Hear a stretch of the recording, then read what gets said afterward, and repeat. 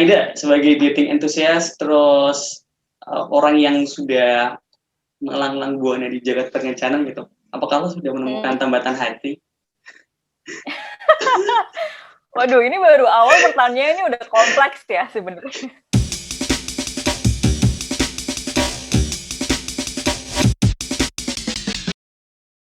Hai, ini Satya, pemilik channel YouTube ini. Kalau teman-teman suka sama konten-kontenku, jangan lupa buat like, komen, dan subscribe. Teman-teman juga bisa kasih rekomendasi topik atau teman ngobrol di kolom komentar. Ikan hiu kesurupan syaitan. Selamat menonton. Kalau udah banyak mencoba berbagai aplikasi perkencanan tuh, nah, Iya. lo udah dapet belum dari itu? Jadi sebetulnya kalau misalnya mau dijawab belum ada. Tapi kalau mencoba mendapatkan itu beberapa kali sebelumnya udah pernah gitu. Kalau tadi saya bilang apa ya? Karena udah banyak kesempatan, terus udah banyak mencoba segala macam dating apps gitu kan. Jadi apa ya? Kayak banyak pilihan gitu. Ternyata dengan banyaknya pilihan itu belum tentu bisa mengerucutkan apa yang kita butuhkan dan apa yang kita mau, sehingga lebih mudah mendapatkan gitu. Itu kan sebenarnya logika berpikirnya seperti itu ya kalau mudahnya. Tapi ternyata dengan banyaknya pilihan dan dengan segala macam kemudahan untuk swipe left, swipe right gitu ya, itu justru apa ya, menumbuhkan mindset untuk easy rejection gitu. Jadi ketika ada misalnya satu hari nih aku match sama satu orang gitu kan, terus harusnya mungkin dia kompatibel nih gitu. Sayangnya kan mungkin belum ketemu, terus belum berkomunikasi lebih lanjut lagi gitu kan. Nah, dari situ akhirnya ada yang match lagi, dan kita jadi punya, oh siapa tahu yang next match nanti lebih nyambung gitu. Nah, itu rejection mindset gitu kan. Kenapa gue tanya ini? Itu biar kasih semangat ke teman-teman yang belum dapat gitu. Nih Kak Ida yang pakar kencan saja belum dapat, jadi kalian santai aja. Iya benar. Kalau kenapa pertama tertarik dengan dating apps? Itu kapan dan kenapa? Kalau gue pribadi sebetulnya udah sejak lama ya, 2014 mungkin. 2014 itu awal lulus dan bekerja, tiba-tiba main ke kampus, terus lihat ada banner gede banget acara setipe.com. Setipe.com itu adalah web online dating gitulah, web base. Nah, itu bikinan Indonesia. Dan aku cobain kan waktu itu, terus kayak, oh seru nih kayaknya kalau gue ngisi-ngisi pertanyaan-pertanyaan gitu ya seputar karakteristik pribadi, terus pengennya apa dan segala macam gitu kan. Akhirnya ngisi-ngisi dan cobalah setipe.com kan, walaupun waktu itu match-nya dikit dan tidak terlalu intens untuk ngobrol. Nah dari situ akhirnya jadi pengen cari tahu apa ya dating apps yang lain tuh seperti apa gitu. Misalnya kayak, oh di Play Store ada yang namanya Tinder, OkCupid, apalah segala macam. Akhirnya gue cobain tuh. Nah pas cobain, sebenarnya 2014 sampai 2016 itu belum terlalu pengen kenal sama orang baru untuk ketemuan dan oke, kita temenan atau kita in relationship atau apa gitu ya. Nah baru setelah itu 2016 kebetulan gue S2 kan. Terus 2018 itu lagi masa-masa ngerjain tesis. Nah, sering terjadi ya, ngerjain tesis, ngerjain skripsi gitu, itu sering terjadi ya masa-masa seperti itu memang. Nah, ada senior gue yang bilang gini, lo tuh S2 cuma 2 tahun, berarti tahun 2017 lo udah mulai bikin tesis nih gitu kan, proposal dan segala macam. Hati-hati, tesis itu bisa jadi afrodisiak buat lo gitu kan. Apa lo itu dari mana gitu kan? Itu teori dari mana gitu kan? Yang bilang senior gue yang cowok. Terus ternyata emang apa yang dibilang sama dia mungkin ada benernya kali ya. Karena faktanya ketika gue ngerjain tesis 2017 kan gue kan akhirnya resign dari tempat kerja yang full time ya, karena kuliah gue tuh reguler gitu, pagi sampai siang sampai sore gitu, dan malamnya baru bisa kerja freelance, ngedit terus nulis gitu kan. Akhirnya siklus yang berkepanjangan dan rutin itu membuat gue semakin wah gila nih kalau kerjaan gue cuma baca jurnal, nulis, ngedit, kerja bisa gila nih gitu kan. Sampai akhirnya ada beberapa temen gue di tongkrongan di kampus yang ngobrolin OkCupid. Terus kayak gue tahu OkCupid tapi kan belum pernah pakai. Ternyata kata mereka ini seru karena bisa banyak pilihan. Kan kalau situ ada pilihannya mungkin 20-an orientasi seksual kali ya. Terus pertanyaan juga lebih detail kan kalau Cupid. Pertanyaan lebih detail. Terus ada juga long term, hookup, terus short term dan segala macam lah. Terus akhirnya gue tanya-tanya lah ke teman gue yang udah pernah nyobain. Karena dia nyobain dulu adalah untuk keperluan risetnya dia soal dating apps juga. Nah, akhirnya pas gue cobain, lo cobain deh Kak gitu. Siapa tahu lo dapet kenalan baru dari sini gitu kan. Oh ya udah, oke, gue cobain. Ternyata itu menyenangkan. Jadi gue merasa kayak ini tuh flashback. Ini ada sensasi yang senang yang gue rasakan ketika gue mengisi pertanyaan-pertanyaan di setipe.com.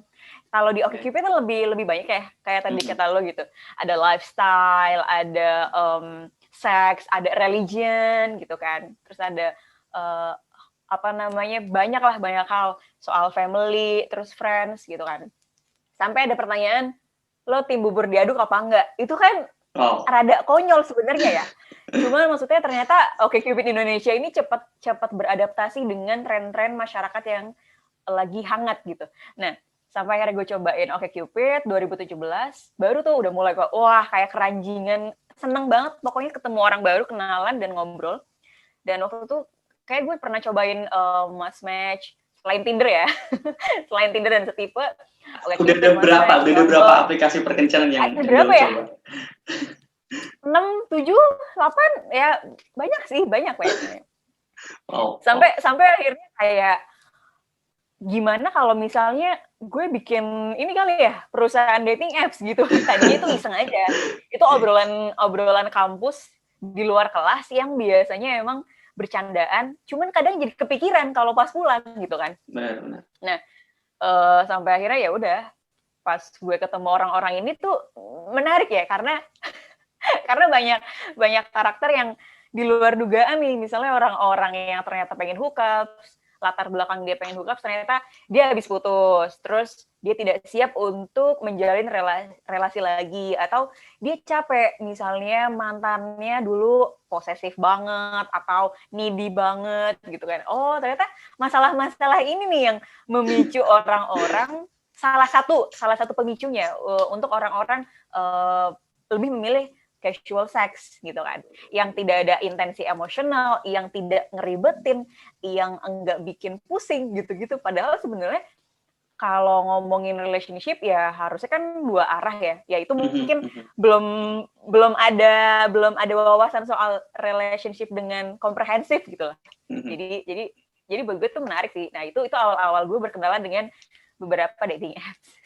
Kalau kasus gue dulu juga waktu skripsian tuh tahun 2018, 19 lah. Tapi kasusnya bukan dating apps. Kalau gue lebih ke aplikasi chat. Jadi gue nyoba beberapa tuh. Gitu kan? Aplikasi kayak apa ya? Kola, terus apa namanya? Ada Abulu dan lain-lain itu. Bukan WeChat juga sih. WeChat enggak. Jadi yang kita bisa ketemu orang secara random gitu. Semacam Ome TV tapi nggak visual gitu, nggak video, ya chat atau audio gitu. Nah, itu seru banget karena gue jadi ketagihan ngobrol sama orang baru, ketemu sama orang baru, itu serunya. Dan bener ketawa lagi kayak ketika gue ngerasa udah cocok sama orang, kita jadi easy rejection. Jadi ntar ada yang lebih cocok lagi, cari dulu yang lain deh gitu. Itu gue rasa gimana sih? Iya kan. Kalau sudah berapa orang yang kencan dan ketemu sama lo lewat dating apps? Aduh, gimana ya? Jadi dulu pernah gue catet. Wow. Di buku diary. Jadi entah kenapa buat gue itu sebuah bukan prestasi ya, tapi ibaratnya pengalaman yang harus gue dokumentasikan secara pribadi gitu. karena buat gue itu bukan cuma kenalan sama orang baru and that's it, tapi ada proses-proses yang buat gue membantu untuk mengenal diri sendiri juga gitu. Makanya gue willing to spend waktu untuk nulis satu-satu. Misalnya, oh tanggal ini gue match sama ini di OkCupid, terus awal ketemunya gimana, terus endingnya kayak gimana, dia apa, plus minusnya apa. Gitu, kayak analisis SWOT gitu loh ibaratnya. Wow. Dan tapi itu tidak bertahan lama sampai mungkin 20-an, 30-an ya yang gue catat. Cuma sisanya ya akhirnya cuma nama-nama aja. Mungkin lebih dari 100 kali ya. Wow. Banyak banget soalnya. Dan jadi judul ini. Jadi Perempuan ini sudah mengencani lebih dari 100. oh, biar nggak kalah ini ya. Iya, nggak kalah clickbait. Oke. Tapi dari pasti nggak semuanya sampai ke hubungan yang intens dong. Ada yang mungkin ketemuan doang jadi teman gitu-gitu. Iya, karena tadi lo nanyanya udah berapa yang udah gue temuin, jadi mungkin lebih dari 100. Tapi kalau misalnya berapa orang yang sampai saat ini keep in touch dan punya relasi sesuatu gitu ya misalnya. Ya mungkin ada 10 kali ya, 20 gitu. Karena intensinya beda-beda. Misalnya kayak ada cowok yang gue temuin terus tadinya, oh kayaknya nih enak buat casual nih gitu kan. Terus tiba-tiba dia misalnya nawarin kerjaan, lo mau nggak kalau misalnya gue hire lo di tim gue misalnya gitu. Oh oke, oh boleh ya nggak apa-apa. Ada hal yang switch-nya ke arah kerjaan. Terus ada juga yang misalnya gue mau dong masuk podcast lo gitu. Oke, tapi anonim misalnya gitu. Oh ya nanti bisa gue pertimbangkan atau gimana gitu, tergantung cerita dia seperti apa gitu kan. Jadi ada orang-orang yang match dan udah tahu misalnya gue punya podcast, terus gue nggak akan jadi bahan riset lo kan, kayak siapa lo gitu ya. Emang lo sepenting apa buat gue untuk gue jadiin bahan riset gitu. Jadi jangan kepedean dulu deh untuk tiba-tiba kayak oh jangan-jangan gue jadi target lo. Ya kata siapa. Tapi lo pernah merasa ini nggak sih? Pernah merasa kemudian tergerak kayaknya gue main dating apps bukan lagi untuk mencari kenalan atau mencari pasangan, tapi kok sudah mulai cuma sekadar ingin riset gitu? Lo pernah gak sih? Enggak pernah ya. Enggak pernah. Justru gue itu bukan tumpang tindih, tapi jadi combo. Misalnya in a way keperluan pribadi atau prioritas utamanya tetap kepentingan gue, misalnya untuk ketemu sama orang atau membuka kesempatan untuk in relationship secara serius gitu. Terus baru setelah itu muncul, kayaknya seru deh kalau gue research soal ini. Nah dulu tuh pernah nih, sebenarnya ini tidak profesional ya, karena waktu itu kasusnya adalah gue sama dua temen, Maria Cherry dan Patricia Kirnandita, mungkin lo tahu orangnya, karena sama-sama jurnalis juga. Nah, kami bertiga ini bikin research, gue diajak sama mereka berdua untuk nulis, ayo Kaida ikut, oke. Jadi kami wawancara orang-orang yang menggunakan dating apps dari berbagai orientasi seksual. Dilalah nih ya, gue dapetnya cowok yang heteroseksual. Jadi gue wawancara satu cowok sama satu cowok yang non hetero gitu kan. Nah, yang cowok hetero ini di Bandung. Akhirnya kami telepon-teleponan kan waktu itu. Telepon, terus ngobrol banyak. Gue akhirnya juga mengajukan beberapa pertanyaan riset ke dia. Dan cara dia menjawab itu yang akhirnya menurut gue, ini kayaknya orang tuh beda nih. Nggak kayak orang-orang biasanya gitu kalau ditanya atau cara dia menjawab. Nah dari situ udah mulai muncul bibit-bibit, buat tikung apa nih ya gitu kan. Dan Patre sama Cherry yang riset sama gue baru tahu mungkin tahun lalu pas gue putus kali ya, 2017 atau 2018 pas gue putus deh. Jadi pas gue putus gue baru cerita. Jadi mantan gue ini dulu informan kita, gue bilang gitu. Jadi pas jadian gue bilang gitu sih. Ini kayak drama banget. Kalau kayak drakor itu ntar apa seorang periset yang jatuh cinta pada informannya gitu. Iya, Allah, itu FTV sih, judul FTV sih kayaknya. Soalnya gue pernah dulu digituin, gue jadi informan ternyata. Oh oke. Ini gue belum Sama pernah cerita ke siapa nih? siapa-siapa nih. Sama siapa nih? Tapi nggak berlangsung lama sih ini. Jadi gue main sebuah aplikasi chat gitu, yang kita bisa ketemu orang random di situ. Dan ini aplikasinya itu internasional, jadi bisa mempertemukan kita Berbagai semua orang negara. di berbagai negara. Waktu ketemu sama seorang cewek dari Thailand. Gue lihat fotonya juga cakep banget ya kan, kayak artis-artis Thailand gitu. Oke. Oke, terus kita ngobrol dan omongan dia obrolan kita nyambung. Dia sama-sama juga suka baca buku gitu, dan buku-buku kita tuh kayak klop banget gitu, klik banget gitu. Kita ngobrol terus dalam 2 harian kalau nggak salah itu kita udah gila ngobrol panjang banget. Terus dia tiba-tiba ngomong ke gue, Satya, bukan Satya, nama gue kan waktu itu username nggak Satya, ya siapa gitu. Gue nggak pakai username Satya. Alex. Iya. Sebenarnya aku ini sedang melakukan riset gitu tentang aplikasi ini. Aku ingin tahu bagaimana respons orang-orang kalau ketemu sama orang yang foto profilnya kayak gini. Ntar kalau ketemu sama orang yang foto profilnya B kayak gimana, kalau yang C kayak gimana. Ya gitu ternyata gitu. Terus ya oke. Gocek ya Anda ya. Fokus sudah harapan untuk LDR Indonesia Thailand ya. Oh, tapi berarti dia risetnya nggak bilang dulu ya? Iya benar, dia psikolog ternyata. Dia lagi S2 kalau nggak salah gitu.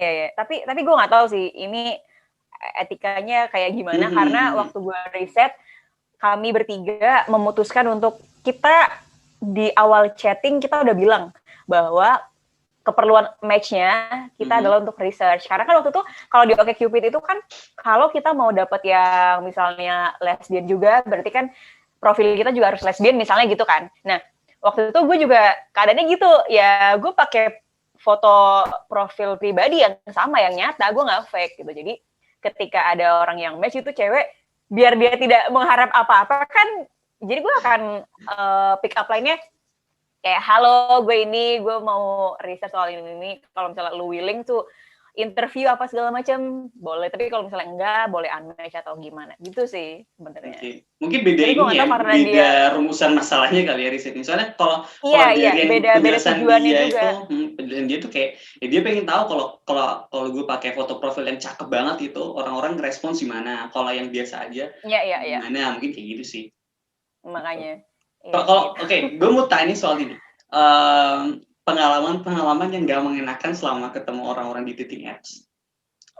Kenapa gue pertanyaannya gak mengenakan? Karena apa ya? Entah kenapa gue tuh kalau kisah-kisah indah itu sudah banyak dijual oleh film-film dan drama gitu. Banyak. Di podcast gue juga ada banyak. Iya. Ya entah itu kayak aneh atau cringe atau mistis mungkin ada nggak? Aduh, itu sih ada banget ya. Jadi kejadiannya memang selalu di awal. Di awal gue menggunakan dating apps. Pas 2014 awal juga dulu gue punya pengalaman bukan tidak enak sih, lebih ke tiba-tiba gue ketemu match gue di kampus di FIB UI yang kayak gue nggak pernah ngasih tahu gue di mana dan di mana, kayak kenapa lo di sini gitu. Padahal dia keluar kota rumahnya gitu kan. Nah, itu salah satu yang bikin gue emes. Terus ya udah sampai sekarang akhirnya. Terus kalian gimana tuh? Pas ketemu gimana kalian? Kayak, ya pas ketemu cuma biasa aja sih. Tapi sebenarnya kaget. Tapi waktu itu keadaannya adalah ya udahlah kita anggap ini biasa aja gitu kan. Nah itu 2014-an gitu. Tapi 2017 awal pas gue coba lagi ketika gue tesis, gue nemu juga cowok yang cakep nih, tapi jauh lebih muda dari gue karena kan waktu itu gue kuliah S2, dia masih S1, dia lagi skripsi ya, gue lagi tesis. Terus tiba-tiba karena kami sama-sama di Jabodetabek, dia minta, gue bilang kita ketemu yuk gitu. Oh, dia bilangnya, aduh gue nggak mau kalau ketemuan, gue sibuk karena harus praktik apa segala macem gitu kan. Karena jurusannya teknik. Oke, gue bisa mengerti nih gitu. Tapi sebelum itu ada keanehan yang terjadi. Misalnya pas match, dia tuh talkative banget pas chatting. Gue tidak memungkiri bahwa cewek atau cowok bisa talkative ya, cuman gue merasa ini kayak ada yang nggak beres nih gitu. Cuman sebagai mahasiswa cultural studies yang anti penghakiman gitu, ceritanya jadi kayak, oh oke, mungkin ada karakter yang kayak gini gitu, mencoba menoleransi keanehan itu gitu kan. Sampai akhirnya gue tanya ke temen gue, ini gimana ya, ada cowok tapi dia nggak mau gue telepon gitu. Alasannya apa kak? Alasannya dia lagi serak. Oke, kita tunggu seminggu. Dia bilangnya, aduh suara gue nggak bagus. Hah? Kayak, emang ada gitu, lo mau teleponan sama match lo yang lo suka, duh suara aku nggak bagus nih gitu kan nggak ada ya. Terus ya udah kalau misalnya nggak mau nggak mau teleponan, ketemu aja. Justru itu nggak mau. Ya udah oke, video call. Nggak mau juga. Terus kayak, ini orang kenapa ya? Akhirnya gue bilang, kalau lo nggak mau teleponan atau video call atau ketemu, gue blok ya, gue bilang gitu. Kita udahan gitu kan. Oh ya udah deh, telepon. Oke, telepon. Tapi jangan ketawa ya kalau suara gue jelek. Nggak akan ketawa, gue bilang gitu. Suara gue juga nggak bagus. Gue bilang gitu kan. Pas telepon nih, jeng-jeng, suaranya tuh, suara dia kan ngakunya cowok nih, karena profil picture-nya cowok, terus ngirim-ngirim video rekaman di kampus juga ya dia dengan teman-temannya gitu. Normally ya kayak orang-orang pada umumnya. Suaranya tuh kayak Adon Bass Jam, tau nggak lo? Adon Bass Jam siapa? Oh, Bass Jam. Iya, Adon Bass Jam. Bass Jam ini mungkin aku bukan pujangga itu. Iya itu, suaranya tuh setinggi itu, tone-nya setinggi itu gitu.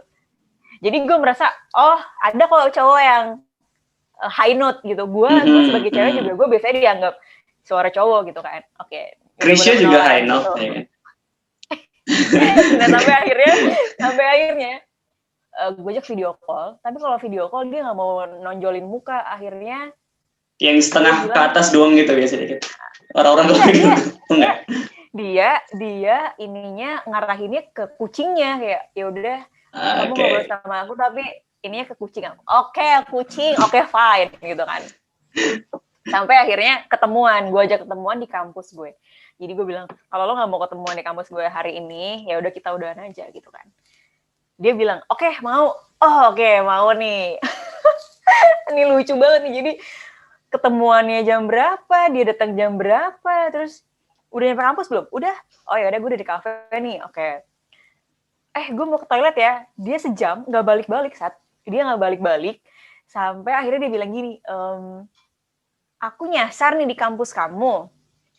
Jadi kamu temuin dulu temen aku di kafe itu. Ada temen aku cewek. Misalnya namanya Mila misalnya gitu. Oke, ketemu dulu sama Mila. Oke, gue ketemu sama Mila nih. Halo Mila gitu kan. Salaman lah sewajarnya orang kenalan. Terus temennya si Andrew ya misalnya gitu. Dia nggak bilang apa, cuman manggut gitu kan. Dia nggak mengeluarkan suara apa-apa tuh. Sampai setengah jam gue nungguin kenapa dia nggak ngajak ngobrol gue ajak ngobrol dia nggak jawab begitu kan. Setengah jam kemudian ada telepon, di handphone dia bunyi, terus dia ngobrol tuh di telepon kan. Pas gue dengerin, kenapa suaranya mirip sama si Andrew ya, kenapa si Mila ini suaranya mirip banget sama Andrew. Gue yakin ini suara Andrew sih gitu, tapi nggak mungkin dia bohong. Tapi bisa juga dia bohong kan. Kayak akhirnya oke, gue akan nanya, terus kayak bismillah, gue akan nanya gitu kan. Sampai akhirnya gue nanya, lo bohongin gue ya? Gue gituin, gue langsung gituin saat. Terus dia bilang, aduh sorry ya, gue minta maaf. Hah? Minta maaf kenapa? Ya udah, kita sampai sini aja, tapi cukup nggak usah dilakukan ke orang lain, udah gitu kan. Ya Ida, jangan marah dong Ida, gitu-gitu lah ya, minta maaf yang ya tipikal posesif gitu. Sampai akhirnya gue tinggal. Nah, abis itu ya gue adalah nangis sedikit karena lebih ke kecewa dan gue merasa dibohongi banget gitu. Nah, sampai akhirnya gue pulang, terus gue baru ingat bahwa dia itu dulu minjemin kamera ke gue. Jadi kan gue mau etnografi nih ke Jogja. Terus dia inisiatif. Aku ada nih kamera nganggur.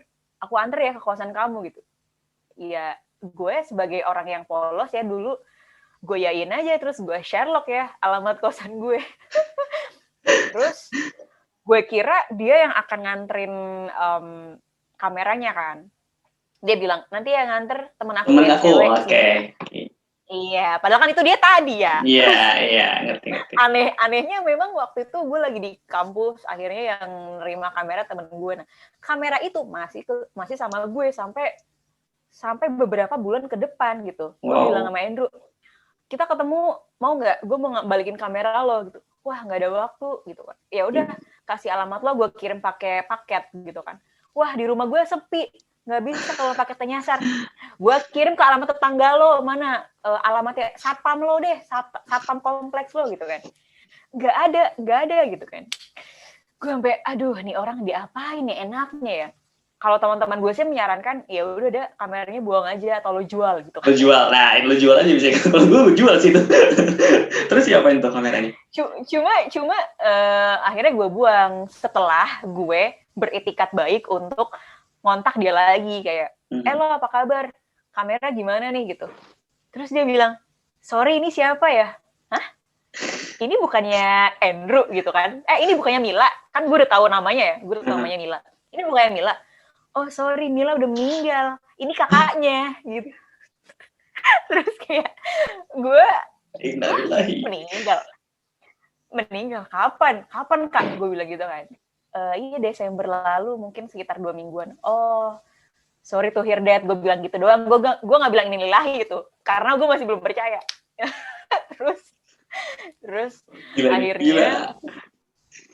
terus akhirnya gue minta tolong Cherry, teman gue yang biasanya kayak agen CIA gitulah, nyari-nyari tahu.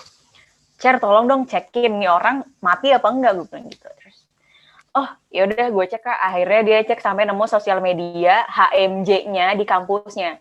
Nah normally nih kalau misalnya ada temen gue yang meninggal gitu ya, kakak kelas atau adik kelas, akan diumumin dong di akun HMJ ya. Itu tuh nggak ada sama sekali. Dan profile picture si Mila walaupun akunnya dikunci itu beda-beda tuh, berubah-berubah dari hari ke hari. Terus kayak oh oke, cukup tahu gitu. Ya gue nggak tahu dia meninggal apa enggak, tapi maksudnya kayak udah berkali-kali digituin, jadi udah lumayan kebal gitu. Akhirnya kameranya gue buang.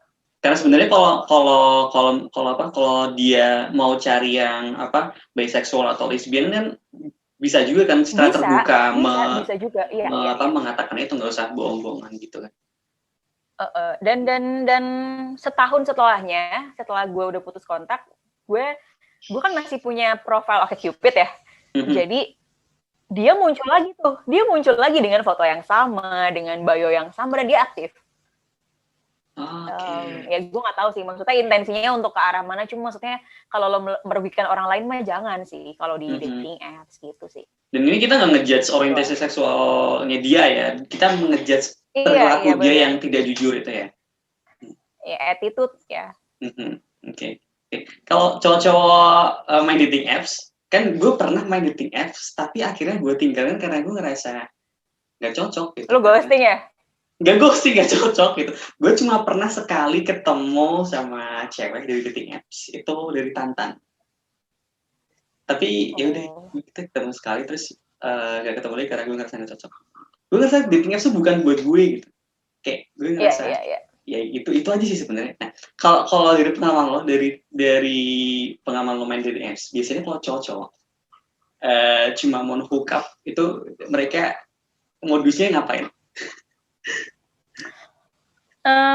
Beberapa jadi gini, cowok-cowok yang mau hookups ada golongan-golongannya juga nih. Misalnya ada cowok yang ada cowok yang to the point yang kayaknya dia nggak jago nih untuk menjalin komunikasi awalnya dan segala macam, langsung kayak FWB or on terus tanda tanya gitu kan. Ya iya, nggak semua cewek bisa lo gituin juga. Kalau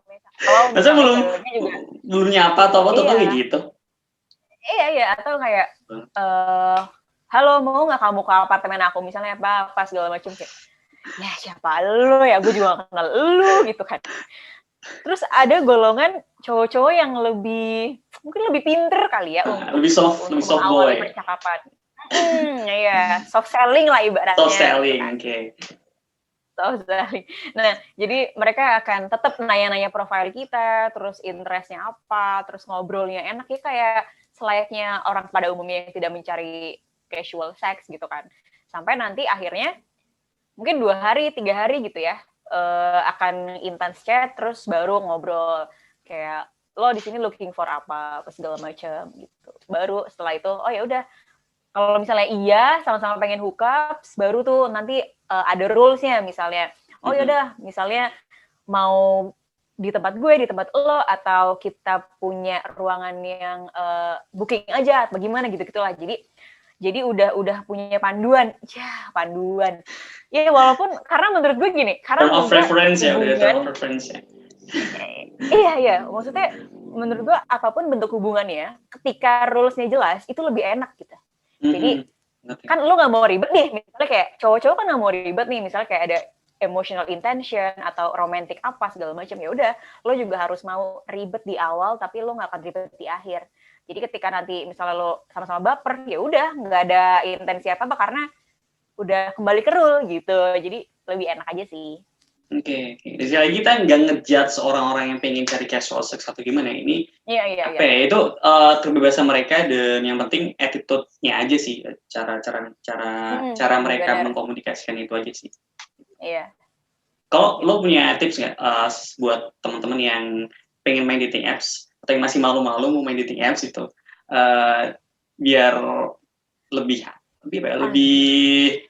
tepat sasaran, lebih dapat pasangan yang cocok gitu atau gitu?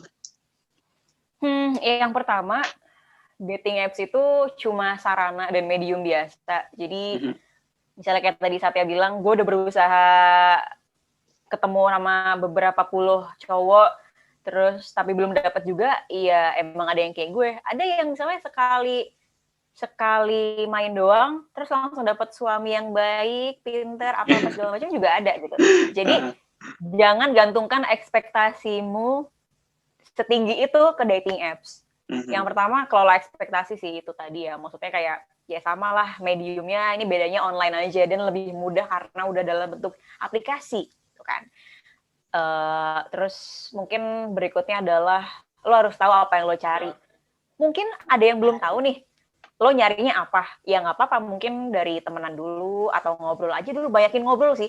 Lebih ke banyakin ngobrol, terus lo akan tahu nih, oh ini akan mengarah ke sini, ternyata gue suka, oh ini mengarah ke sini, ternyata gue nggak suka deh gitu. Misalnya kayak lo tadi, gue nggak cocok nih sama cewek ini, jadi gue tinggalin misalnya gitu. Ya nggak apa-apa, asalkan cara meninggalkannya juga open gitu, menurut gue ya. Misalnya, gue ngerasa nggak cocok atau kayaknya lo bisa cari orang lain karena gue belum siap apa gimana, ya nggak apa-apa, ngobrol aja gitu. Karena mostly perempuan nih ya, yang gue tahu mereka lebih suka ketika ada orang yang ngomong apa yang mereka inginkan dan apa ya, yang nggak lo mau dari gue tuh apa, dan kenapa lo meninggalkan gue, atau kenapa mau udahan gitu-gitu sih.